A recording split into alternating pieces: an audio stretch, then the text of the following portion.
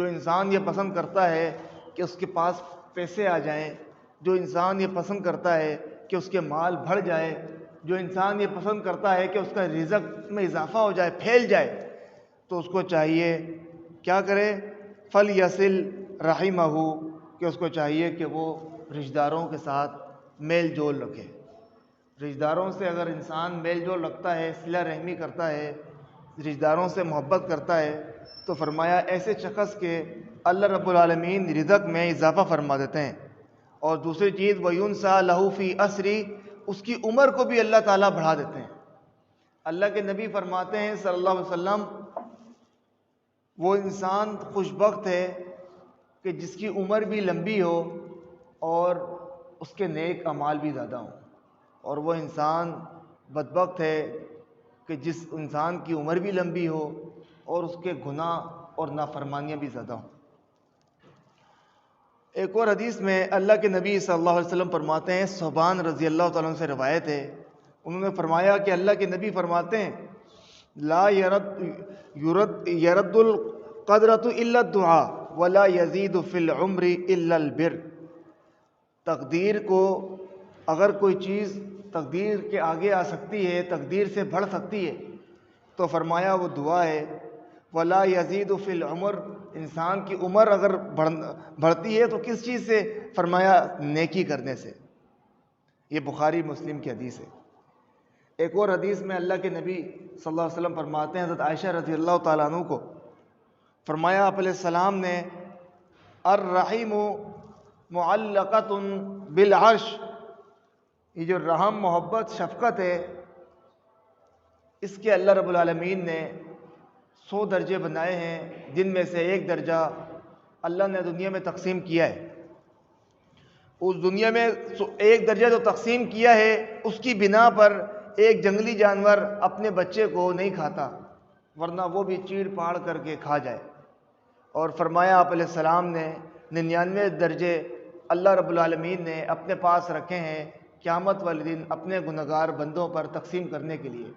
فرمایا وہ انسان بڑا بدبخت ہوگا کہ جس کو 99 درجے محبت اور رحمت کے تقسیم کر دیے جائیں اور وہ پھر بھی بخشا نہ جائے، وہ پھر بھی جنت کا حقدار نہ ہو پائے، تو ایسا شخص سے زیادہ بد نصیب کوئی نہیں ہوگا، یہ اللہ کے نبی صلی اللہ علیہ وسلم فرماتے ہیں۔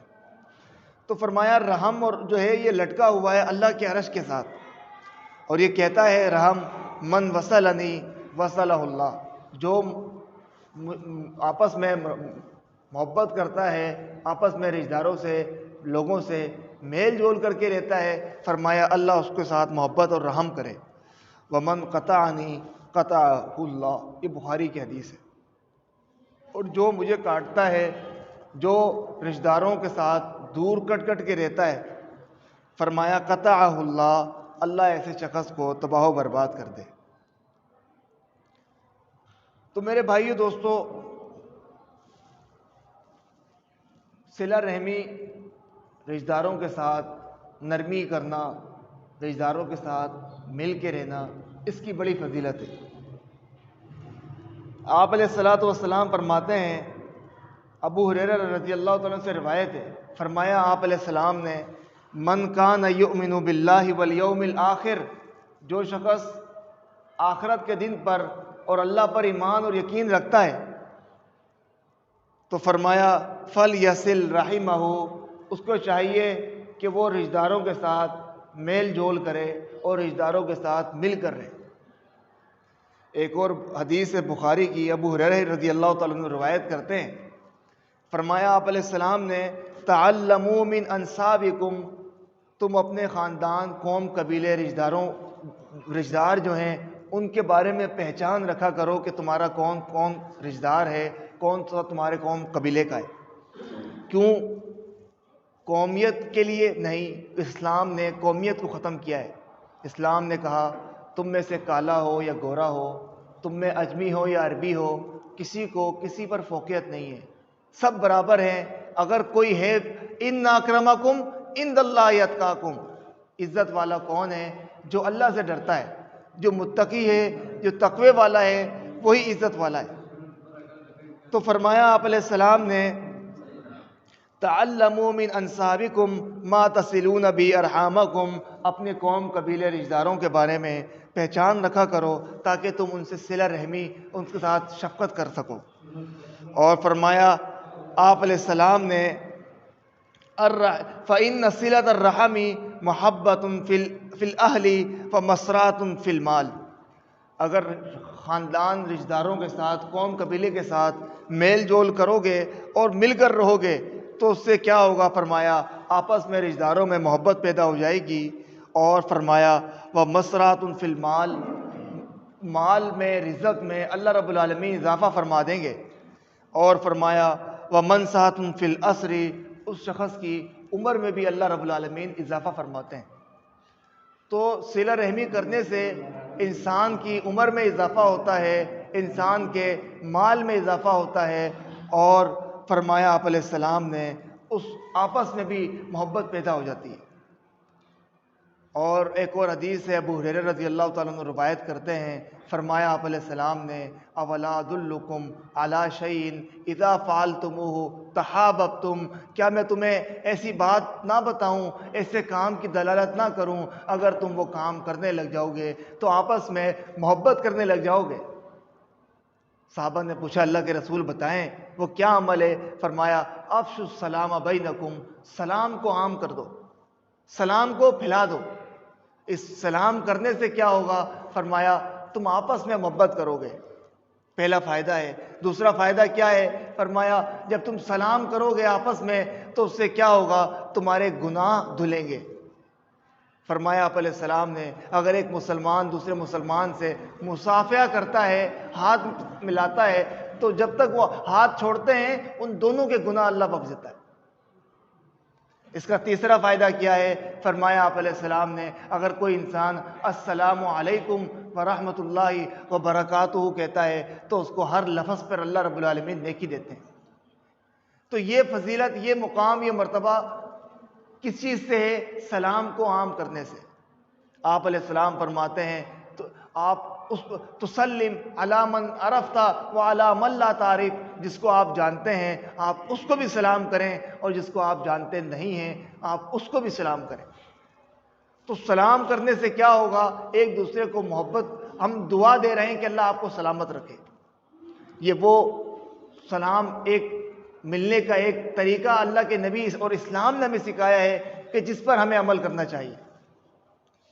اسی طریقے سے اللہ کے نبی صلی اللہ علیہ وسلم فرماتے ہیں افضل الصدقہ، سب سے افضل صدقہ کون سا ہے؟ الذی الرحم الکاش، آپ اپنے اس رشتہ دار کو جو آپ سے نفرت کرتا ہو، بغض کرتا ہے، دل میں حسد کرتا ہے، لیکن وہ مستحق ہے آپ اس کے اللہ کے لیے اس کے کام آئے، فرمایا یہ سب سے افضل صدقہ ہے۔ ایک اور حدیث میں آتا ہے، اللہ کے نبی، بخاری کی حدیث ہے، آپ علیہ السلام فرماتے ہیں ایک آدمی اپنے ایک مسلمان بھائی سے ملنے جا رہا تھا تو اس وقت فرشتے کو اللہ بھیجتے ہیں انسانی روپ میں، یہ بخاری کی حدیث ہے۔ وہ جا کر سوال کرتا ہے آپ وہاں جا رہے کس کے پاس؟ بولا میں فلانے بندے سے ملنے جا رہا ہوں۔ بولا کیوں جا رہے ہو؟ کیا اس نے آپ پر کوئی احسان کیا تھا یا آپ نے اس پر کوئی نیکی کی تھی؟ کیا آپ اس کا بدلہ لینے یا چکانے جا رہے ہیں؟ بولا نہیں نہیں، نہ اس نے مجھ پر کوئی نیکی کی نہ میں نے کی ہے، صرف اللہ کی رضا کے لیے، اللہ کو راضی کرنے کے لیے جا رہا ہوں۔ تو فرمایا آپ علیہ السلام نے، وہ فرشتہ کہتا ہے اللہ کرے تیرا ٹھکانہ جنت ہو۔ اگر ایک انسان بغیر کسی مفاد کے، کسی قوم قبیلے کے، صرف ایک اللہ کی رضا کے لیے اگر محبت کرتا ہے تو فرمایا ایسے شخص کو اللہ رب العالمین قیامت والے دن جب تانبے کی زمین ہوگی، سورج 1 میل کے فاصلے پر ہوگا، انسان ہر ایک اپنے اپنے گناہوں کے حساب سے پسینے میں شرابور ہوگا۔ فرمایا کسی کا پسینہ اس کے گھٹنوں کے برابر، کسی کا اس کے قدموں کے برابر، کسی کا اس کے کولے کے برابر، کسی کا کندھے کے برابر، اور کوئی پورا پسینے میں اپنے گناہوں کی وجہ سے تیر رہا ہوگا۔ لیکن اس وقت اللہ کے لیے اگر کوئی انسان محبت کرتا ہے تو فرمایا ایسے شخص کو اللہ رب العالمین اپنے عرش کا سایہ دیتے ہیں۔ تو میرے بھائیو دوستو، الحب للہ والبغض للہ، محبت اللہ کے لیے کرنا، نفرت اور بغض کرنا تو وہ بھی اللہ کے لیے۔ اس کا مقصد یہ ہے اگر میرے بچے، میرے گھر والے اگر وہ اللہ کے فرمانبردار ہیں تو میں ان سے محبت کرتا ہوں، اگر وہ نماز پڑھتے ہیں تو میں ان سے اور محبت کرتا ہوں، اگر وہ اللہ کی نافرمانی کرتے ہیں تو میں ان سے ناراض ہو جاتا ہوں۔ وہ نماز نہیں پڑھتے تو میں ان کو اٹھاتا ہوں، میں ان کے ساتھ سختی کرتا ہوں۔ کس کے لیے؟ اللہ کے دین کے لیے، قرآن کی تعلیم کے لیے، نماز کے لیے۔ تو فرمایا یہ سختی کرنا یہ وہ نیکی ہے کہ اللہ رب العالمین مرنے کے بعد بھی اس کا اجر دے گا۔ اگر میں اپنے بچوں کو دینی تعلیم دلاتا ہوں، کو نماز کی پابندی کے لیے سختی کرتا ہوں، اپنے گھر میں نماز کا ماحول بناتا ہوں، تو فرمایا یہ انسان وہ عمل ہے جس کا اس کو مرنے کے بعد اجر ملتا ہے۔ فرمایا آپ علیہ السلام نے تم اپنے گھروں کو قبرستان نہیں بنایا کرو۔ صحابہ نے پوچھا کیسے اللہ کے رسول؟ فرمایا تم یہاں اپنے گھروں میں جا کر بھی نفل اور سنتیں جو ہیں وہ اپنے گھروں میں پڑھا کرو، تاکہ تمہارے گھر قبرستان نہ بن جائیں، کیونکہ قبرستان میں نماز پڑھنا منع ہے۔ اس سے کیا ہوگا؟ گھر میں رحمت ہوگی، گھر میں برکت ہوگی، اور ایک ماحول بنے گا کہ سب نماز کی طرف متوجہ ہوں گے۔ اللہ کے نبی صلی اللہ علیہ وسلم کے دور کا ایک واقعہ آتا ہے کہ اللہ کے نبی نے مدینہ میں اعلان فرمایا لوگوں مسلمانوں کو ضرورت ہے جنگ جہاد کے لیے، کچھ اپنی حیثیت کے مطابق سب لوگ اللہ کے راستے میں دو۔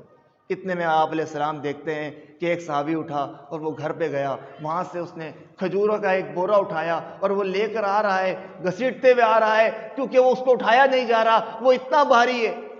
وہ بڑی مشکلوں سے گھسیٹتے ہوئے اس کو لے کر آتا ہے اللہ کے نبی کی بارگاہ میں۔ اس وقت آپ علیہ السلام کے پاس جب وہ آتا ہے تو دوسرے صحابہ نے جب دیکھا اس کو تو ان کے جوش ایمانی بھی بڑھا، ان کے اندر بھی جذبہ پیدا ہوا دینے کا۔ وہ سب اٹھے جوگ در جوگ، اپنے اپنے گھروں پر گئے اور اپنے گھروں سے لا کر اللہ کے نبی کے پاس رکھ دیا۔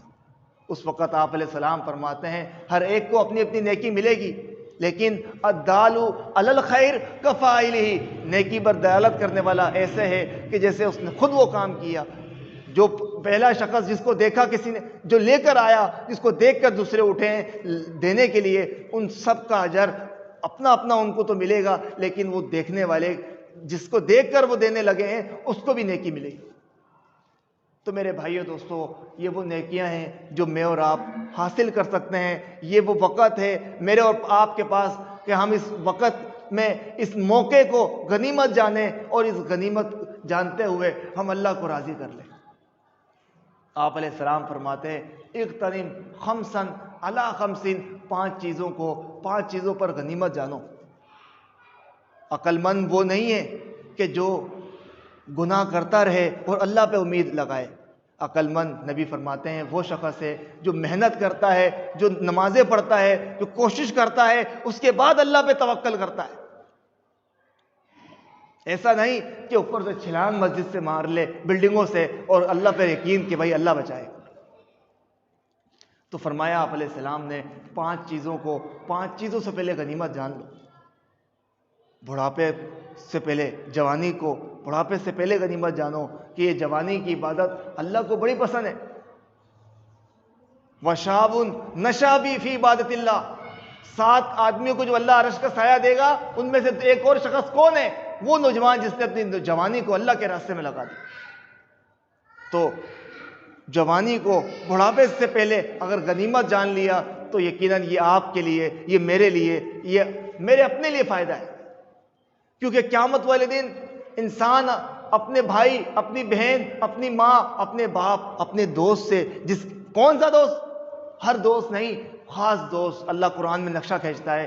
وہ دوست جس کے پاس تم مصیبت میں دنیا میں جایا کرتے تھے، جب بھی مصیبت زدہ ہوتے اس سے پناہ مانگنے، اس سے مدد مانگنے، اس کا ساتھ مانگنے، انسان قیامت والے دن اس سے بھی دور بھاگے گا۔ ہر ایک سے دور بھاگ رہا ہوگا ایک نیکی کے لیے کہ یہ ایک نیکی مجھ سے نہ لے لے، یہ نہ ہو کہ وہ مجھ سے مانگ لے، میں نے کوئی غلطی نہ کر دی۔ اور میرے بھائیو دوستو، نمازیں پڑھنا بھی خوش قسمتی کی علامت ہے، لیکن پھر نمازوں کو پڑھنے کے بعد ان کی حفاظت کرنا، ان اعمال کی، یہ بھی بڑی خوش قسمتی کی علامت ہے۔ میں اگر نمازیں پڑھ رہا ہوں، اللہ کی عبادت کر رہا ہوں، لیکن میں ان اعمال کی حفاظت نہیں کر رہا تو یہ میرے اعمال بچیں گے نہیں۔ جیسے اس کی مثال آپ ایسے لے لیں، ہمیں پیسے بڑے پیارے ہوتے ہیں، ہم پیسوں کو بڑا پیار کرتے ہیں، ہم چھپا چھپا کے رکھتے ہیں۔ اگر ہم ان پیسوں کی حفاظت نہ کریں، ایسے سامنے رکھ دیں تو چوری ہو جائے، کوئی چھین کے لے جائے، پیار سے نہیں تو زبردستی لے جائے۔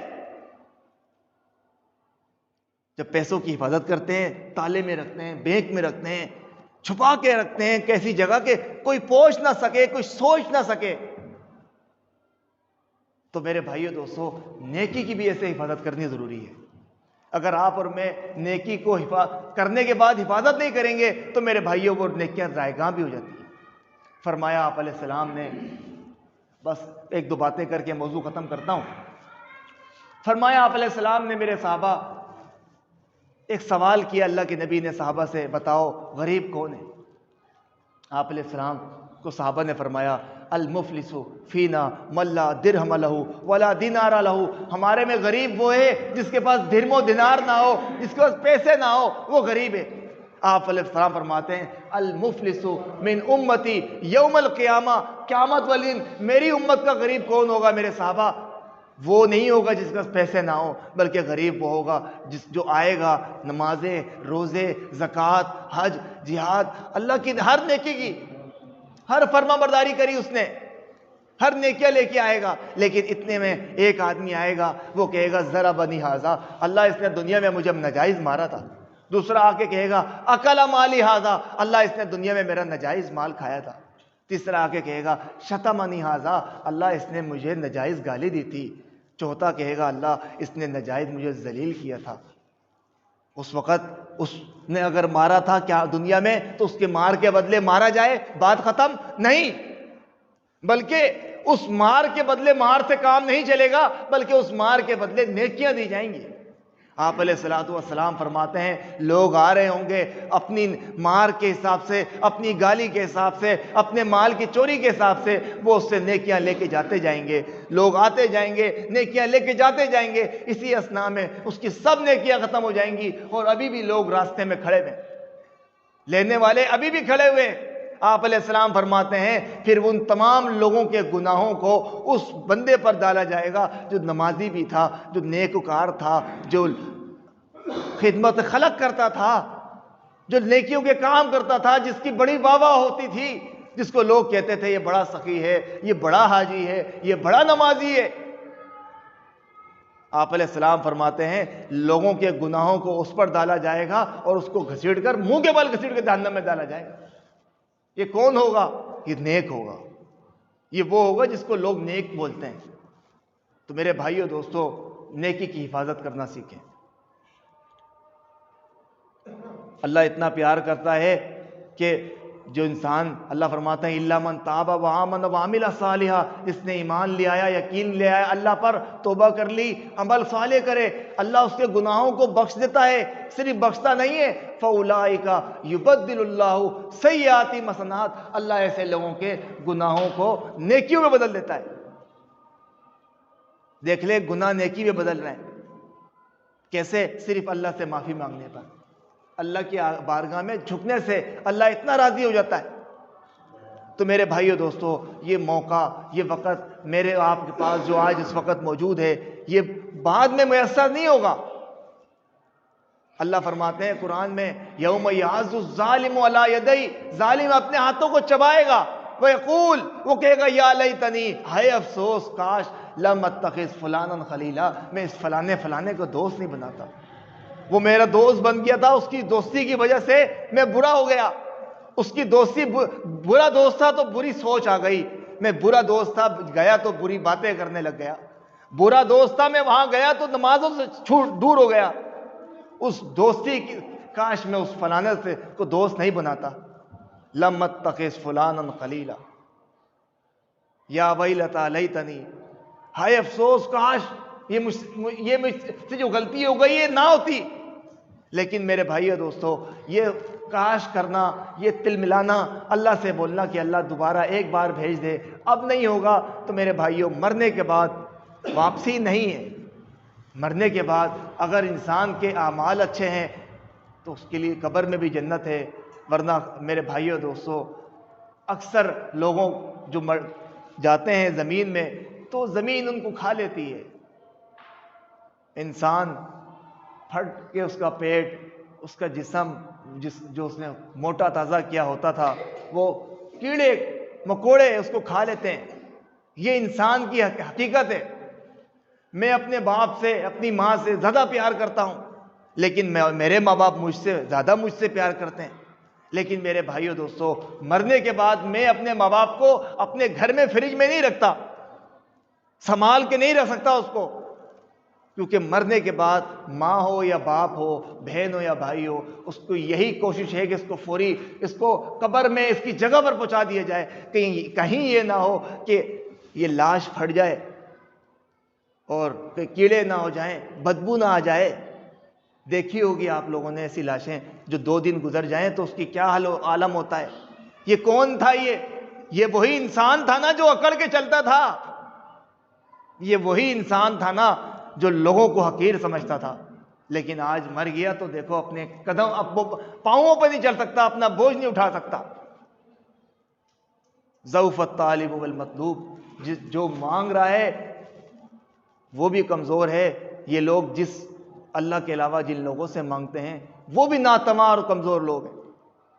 تو میرے بھائیو دوستو، بس یہ یاد رکھو اللہ قرآن میں کیا کہتے ہیں، فَمَنْ زُحْزِحَ عَنِ النَّارِ وَأُدْخِلَ الْجَنَّةَ فَقَدْ فَازَ. لوگوں لمبی لمبی تقریریں کرنے سے کامیابی نہیں ملے گی، اللہ کی رضا سے کامیابی ملے گی. جو جہنم سے بچا لے گیا اور جنت میں داخل ہو گیا وہی کامیاب ہے. نمازیں جتنی ہو پڑھ لوں، اگر میرے رب مجھ سے راضی نہیں ہے میرے بھائیو دوستو، تو پھر سوچنا چاہیے مجھے اور آپ کو کہ مجھے اور آپ کو کیسے اپنے رب کو راضی کرنا ہے. ہم سب کو پتا ہے کہ ہمارا رب کیسے راضی ہوتا ہے، ہر ایک کو پتا ہے، ہر چھوٹے بڑے کو پتا ہے. بس اگر میں اور آپ کوشش کریں گے تو یقیناً ہم اللہ کو پا بھی لیں گے. ہم کوشش کریں گے تو اللہ کے قریب بھی چلے جائیں گے. ہم کوشش کریں گے تو ہم صبح فجر میں آئیں گے. ہم مسلمان ہیں، یہ نماز ہم پر فرض ہے فجر کی، لیکن اکثر ہم اس سے غافل ہو رہے ہیں. اللہ سے دعا ہے جو میں نے کہا اللہ مجھے آپ کو اس پر عمل کرنے والا بنا دے. سبحان ربک رب العزت عما یصفون وسلام علی المرسلین والحمد للہ رب العالمین.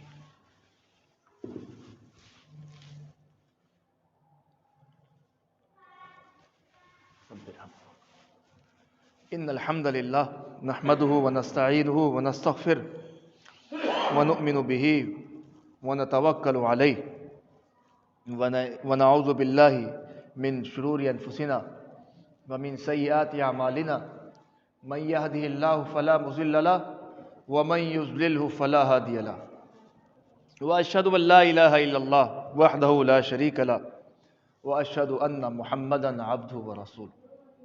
میرے بھائیو دوستو، اسلام سلامتی کا مذہب ہے. ایک مسلمان وہ ہوتا ہے کہ جس سے لوگ سلامت رہتے ہیں. ایک مسلمان وہ ہوتا ہے کہ جس کے شر سے لوگ ڈرتے نہیں ہیں. فرمایا آپ علیہ السلام نے، من کان یؤمن باللہ والیوم الآخر فلا یؤذی جارہ. جو اللہ پر آخرت کے دن پر ایمان رکھتا ہے وہ اپنے پڑوسی کو تکلیف نہ دے. فرمایا بہترین آدمی وہ ہوتا ہے کہ جس کے ایک نبی کریم فرماتے ہیں اچھا انسان جب مرتا ہے تو دنیا کی موت العالم موت العالم، ایک عالم کی موت جہان کی موت ہے. فرمایا قیامت قریب ہوگی، علم اٹھا لیا جائے گا. کوئی ایک نہیں ہوگا جو کہ کسی کو بتائے، سوالوں کے جواب دے سکے. لوگوں کو کہیں گے ہاں ہم سنا کرتے تھے اپنے بڑوں سے کہ لا الہ الا اللہ محمد رسول اللہ، کلمہ سنتے تھے ہم. ان کو یہ بھی نہیں، یہ اللہ کے نبی نے فرمایا نا قیامت قریب ہوگی، مسجدیں ویران ہو جائیں گی. کہاں جائیں گے مسلمان؟ ختم ہو جائیں گے؟ نہیں، بہت زیادہ ہوں گے. مال بھی بہت زیادہ ہوگا. دیکھیں جس کے پاس جتنا زیادہ مال ہے وہ اتنا بغیرت اور بحیا ہے، اور جتنا زیادہ مال ہے اللہ نے اتنی اس کو اولاد کی نعمت بھی کم دی بھی ہے. دیکھو کتنا مال ہے، وہ چاہے تو 100 بچوں کو پال سکتا ہے، لیکن نہیں 2 بچے. اور جس کے پاس مال نہیں ہے، دیکھیں اللہ اس کو یہ نعمت دے رہا ہے. یہ اللہ ہے.